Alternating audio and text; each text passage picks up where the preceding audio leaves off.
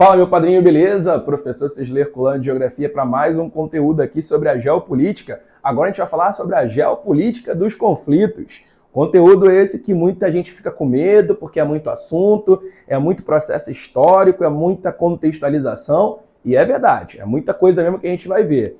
Mas eu acho que é um conteúdo que traz muita dificuldade porque muita gente, a gente sabe, os principais concurseiros, eles não dão o aprofundamento necessário para poder dominar esse conteúdo. Então fica pegando as coisas mastigadinhas ali, sem muita contextualização, e fica só naquela de tentar decorar. E isso não é uma coisa muito boa. Eu aqui peguei todos os livros que falam sobre conflitos, o livro do Eustáquio de Sena, o livro da Lígia Terra, coloquei o conteúdo aqui bem mastigadinho e bem referenciado, a gente vai tentar pontuar todos esses cenários geopolíticos de conflitos aqui no nosso planeta, ok? Vamos lá. Primeira coisa que eu te pergunto é, o que motivam os conflitos? Gente, os conflitos eles podem ser motivados por questões econômicas, por questões de diferença étnica ou religiosa, ou até mesmo cultural. Enfim, sempre que há essa divergência de opinião, nós podemos ter um conflito, concorda? Até mesmo na sua casa pode ter conflito com seus pais, ou com seus irmãos, ou com a sua mulher, ou com seu marido, justamente por divergências de opiniões. Mas quando a gente fala desses conflitos entre diferentes países, ou entre diferentes povos, a gente sabe que sempre nós vamos ter uma ideia de domínio e subordinação. Sempre que há um grupo que é composto por uma minoria e muitas das vezes não tem representatividade, a gente vai ter uma possibilidade bem clara de conflito. Principalmente quando essa galera que está na condição de subordinação tenta clamar por melhores condições de vida e representatividade. Então os conflitos eles se propagam a partir daí, a partir dessa desigualdade na questão de poder. Aqui no mundo nós vamos ter, principalmente no século XX, uma série de conflitos espalhados por diferentes continentes. A gente sabe que não é só no século XX que vai ter conflito, correto? Que vai ter guerra, que vai ter guerrilha, mas no século XX nós temos ali, evidentemente, um momento onde nós temos isso se propagando no mundo inteiro, com muitas tentativas por parte de grupos étnicos para formar um país, para ter independência, para ter mais autonomia. Então eu te convido a ficar aqui e a gente vai falar sobre cada um desses conflitos no mundo, ok? É a primeira aula, é a primeira parte, ainda temos mais um pouquinho para poder falar mais para frente. A gente começa com a Guerra do Golfo, gente. Também pode ser chamada de Guerra do Golfo Pérsico. O Golfo Pérsico é uma região que há uma grande instabilidade política, correto? Você está visualizando aqui nessa imagem.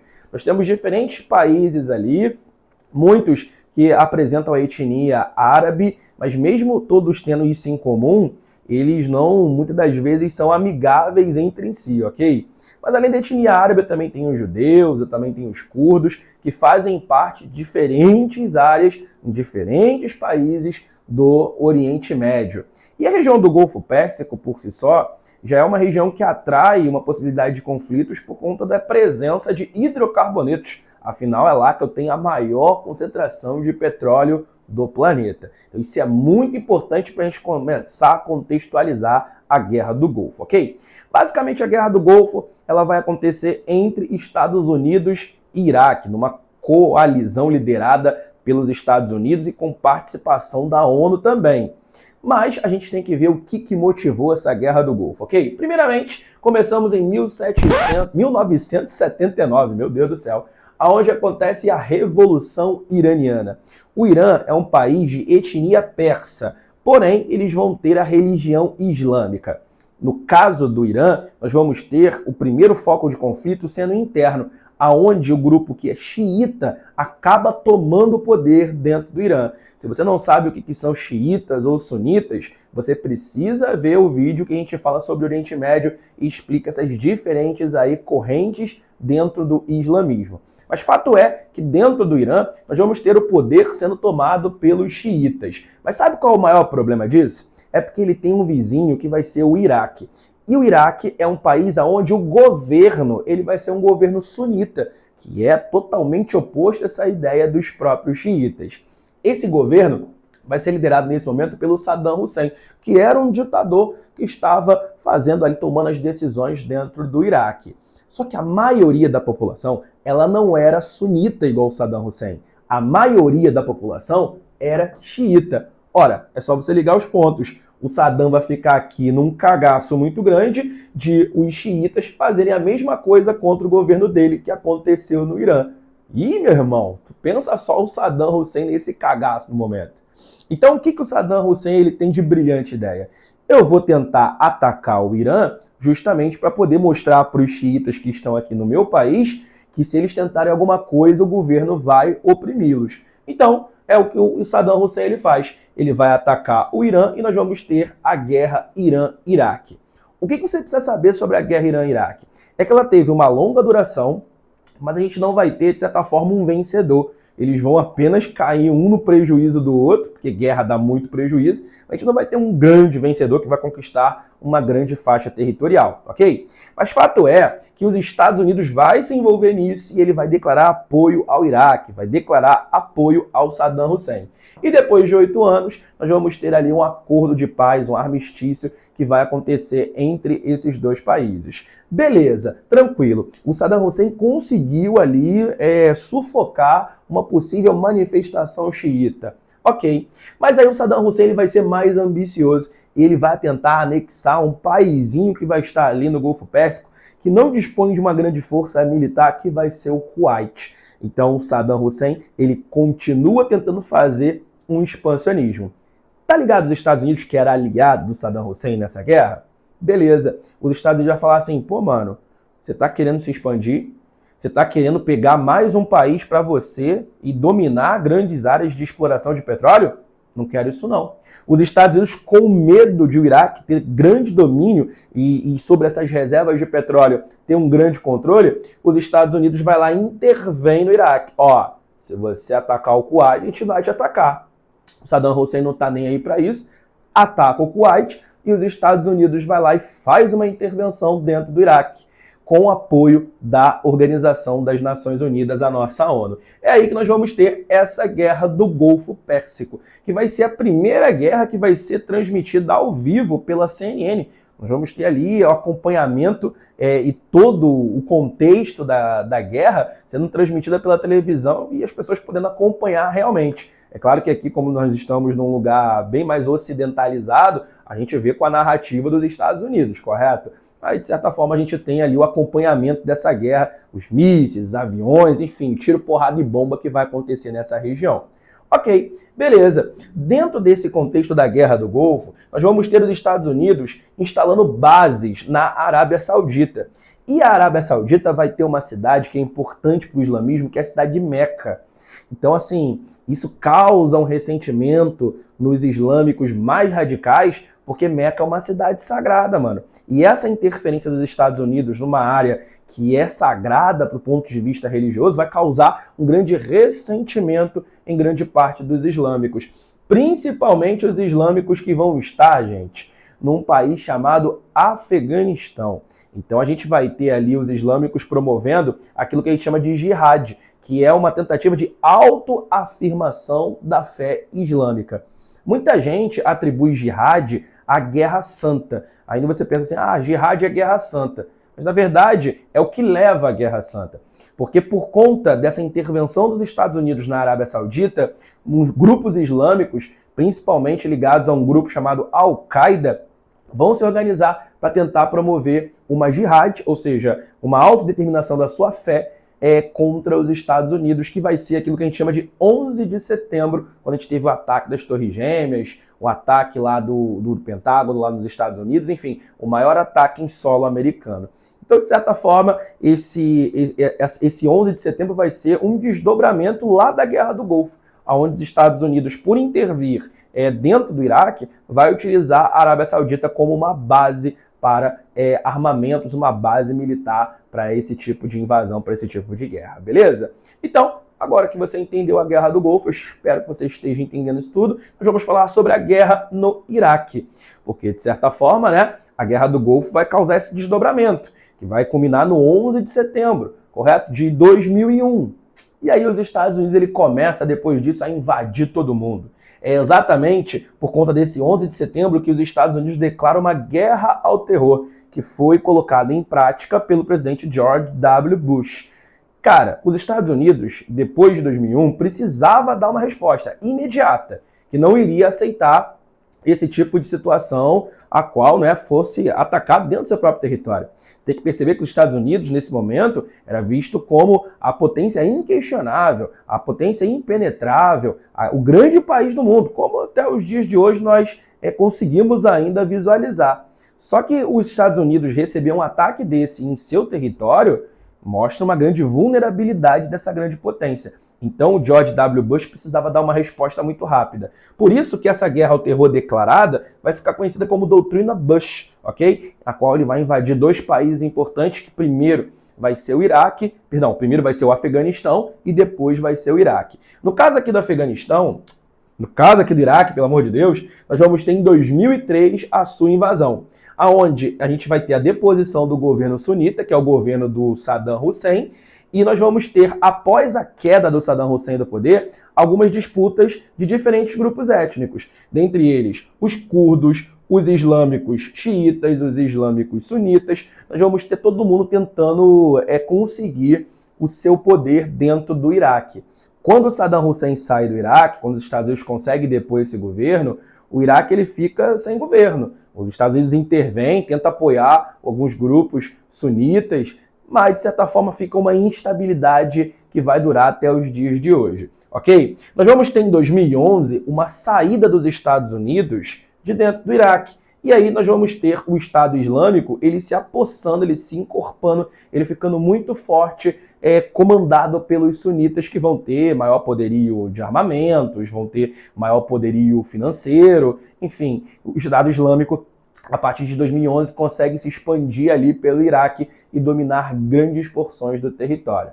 Então, nessa guerra do Iraque, eu tenho o 11 de setembro sendo um antecedente, que foi motivado por conta dessa guerra do Golfo lá, nos anos 90. Nós vamos ter um ataque dos Estados Unidos ao Iraque, uma invasão ao Iraque, e depois da deposição do governo do Saddam Hussein, nós vamos ter uma grande instabilidade dentro do país, que vai ser o estopim quando os Estados Unidos se retira em 2011. Tranquilo até aí? Tá beleza? Então segue aqui comigo, agora a gente vai falar sobre o conflito na Síria, que vai acontecer por um desdobramento, que vai ser a Primavera Árabe. Gente, a Primavera Árabe que aconteceu em 2010 foi um momento onde tivemos uma série de conflitos de povos árabes, de população árabe, contra governos ditatoriais. Então foi um grande manifesto contra ditaduras, que aconteceu no norte da África e também em países do Oriente Médio. Eu posso citar aí Egito, Argélia, Tunísia, que foi o grande foco disso, e também a Síria vai estar dentro dessa ideologia, desses grandes protestos da população árabe contra esses governos ditatoriais. No caso da Síria, o governo que está ainda em vigor é o governo do Bashar al-Assad. Então a ideia é tentar tirar esse governo do poder. Para isso foi criado o Exército Livre da Síria, formado por uma população sunita. Essa galera, para conseguir ficar mais forte, ela vai se aliar ao Estado Islâmico e vai se aliar a um outro grupo que faz uma oposição ao governo, chamado Frente Nusra. E tendo em vista que já tínhamos uma expansão já em evidência do Estado Islâmico no Iraque, ele vai se fortalecer com essa causa e ele também vai ocupar a Síria. Por isso que a gente vai ter essa sigla aqui, ó, Estado Islâmico do Iraque e da Síria, ou Islamic State of Iraq and Syria. Então nós vamos ter a sigla aqui do Estado Islâmico que consegue se expandir por esses dois países aqui do Oriente Médio. Bom, a Síria vai conseguir reagir contra esse grupo, contra o Estado Islâmico, porque a Síria consegue receber o apoio da Rússia. E aí a Rússia tenta apoiar a Síria justamente por conta do aumento da sua influência dentro do Golfo Pérsico, uma vez que a Rússia também é um grande produtor de matérias-primas. Com isso, a Síria vai conseguir pouco a pouco se levantar e combater o Estado Islâmico, que não está mais em franca expansão como estava lá no ano de 2010, 2011, quando conseguiu tomar uma grande porção de território dentro de Iraque e também da Síria. Show de bola? Belezinha? Olha só, terceira questão aqui, ó, a questão dos curdos. Quem são os curdos, meus amigos? Curdos são o maior grupo étnico do planeta sem país. Ou seja, os curdos, eles não têm um local para conseguir implementar sua própria ideologia, sua própria política e ter, de certa forma, uma boa qualidade de vida. Os curdos são como os judeus eram antes da criação de Israel. Os judeus não tinham país, então eles viviam sendo hostilizados, viviam como minorias em diferentes países do planeta. E dessa forma, eles, claro, não tinham seus direitos muito bem reavidos ou muito bem vinculados. Então os curdos ainda passam por isso. Os judeus conseguiram formar o seu Estado, o Estado de Israel, que a gente já falou que foi um grande conflito que foi estimulado por conta da formação desse Estado na Palestina. Mas voltando aos curdos aqui, eles não têm um país, mas eles vivem em diferentes países do Oriente Médio, até mesmo no leste europeu e em proximidades. Os curdos, eles vivem principalmente na Turquia e muitos deles sofrem grande discriminação. Eu repito, curdo não é uma religião. Curdo é um grupo étnico que apresenta fenótipo, característica de língua, cultura em comum. Mas na Turquia, nós vamos ter esses curdos, eles sendo ali muito discriminados. E também em outros países, também como o Iraque, também como a Síria. Essa galera aqui, ela vive sob forte opressão. Eles reivindicam a formação de um Estado próprio, justamente para não ter mais essa discriminação. Mas o problema dos curdos é o seguinte: para eles terem um Estado próprio, outros países vão ter que perder o seu território. Ninguém quer perder terra, né? Imagina você, de repente, para poder outras pessoas terem acesso à terra, você ter que repartir, de repente, um terreno da sua casa. Você não vai ficar muito satisfeito com isso. Então, nenhum dos países querem abrir mão de território, de área mesmo, justamente para poder fazer com que a causa curda ela venha a acabar com grande êxito.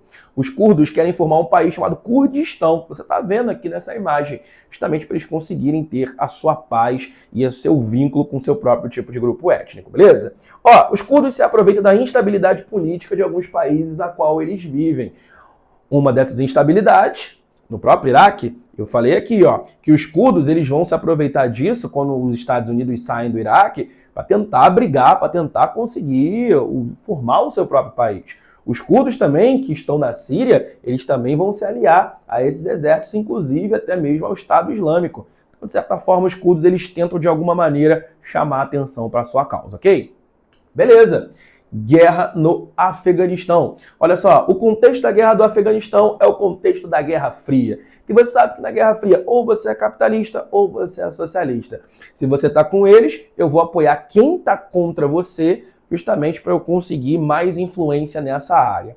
Tranquilo. A gente vai perceber que dentro do Afeganistão, querendo ampliar a sua influência, a antiga União Soviética vai tentar invadir o Afeganistão e vai conseguir instaurar um governo. Só que tem um grande problema nisso, né, gente? Porque os soviéticos, eles têm um tipo de religião que é a religião católica ortodoxa. Só que no Afeganistão, a religião lá é o islamismo. Então, assim, um governo que é comandado pelos soviéticos, ele vai oprimir a grande massa islâmica dentro do Afeganistão. E aí, claro que uma grande parte dos afegãos vão começar a tentar, claro, expulsar os soviéticos. E dessa forma, os Estados Unidos apoiam essa grande massa islâmica que, de certa forma, tentam fazer a expulsão dos soviéticos do seu país. Esses caras ficam sendo chamados de mujahidins. Olha a palavrinha aqui no meio, ó, jihad no meio, ó. A gente já tinha falado da jihad aqui, ó, que é a autodeterminação da fé islâmica. Então eles não queriam aceitar uma intervenção de um outro tipo de cunho religioso dentro do seu país. Então eles queriam expulsar os soviéticos do Afeganistão. E os Estados Unidos se aproveitam disso para apoiar esses caras, de dar armamento, de financiar, justamente para os Estados Unidos continuar com a sua grande influência na região. Então começa uma guerra interna que vai durar ali de 79 até 1989. No final, essa guerra vai causar o esgotamento do modelo econômico da União Soviética, que vai gastar muito dinheiro com ela.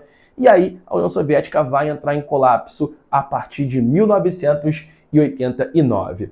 Dentro dessa guerra, nós vamos ter em 88 a criação da Al-Qaeda. Essa Al-Qaeda vai ser um grupo que é chamado grupo paramilitar, que tem o objetivo de sempre estar fazendo com que o islamismo ele seja respeitado e que não haja interferência externa. Beleza. Quando eles expulsam os soviéticos, nós vamos ter uma briga interna, porque afinal, quem é que comanda o Afeganistão? Aí você fala assim, professor, os Estados Unidos comandam o Afeganistão, obviamente, porque eles não apoiaram os guerrilheiros. Claro que não, né? Os Estados Unidos ele vai tentar apoiar um grupo para ser aliado dele. Mas depois que os soviéticos não conseguem o que eles queriam dentro do Afeganistão, os Estados Unidos também se retira. E o que vai ter no Afeganistão nesse momento? Uma grande instabilidade política, com diferentes grupos étnicos dentro do Afeganistão brigando para poder chegar ao poder. Sabe quem vai chegar ao poder? Vai chegar ao poder um regime chamado de Talibã. Esse regime talibã vai ser composto pela maioria da população étnica do Afeganistão, que são os pashtuns, que são o povo que tem os princípios do Islão, eles muito fortalecidos para colocar em prática um Estado afegão islâmico dentro dessa área do Oriente Médio. E eles pregam um anti-americanismo. Sabe por quê? Porque, de certa forma, eles vão ficar muito ressentidos nos anos 90 por causa da Guerra do Golfo, ok? Tu lembra que os Estados Unidos colocou bases dentro da Arábia Saudita? Beleza.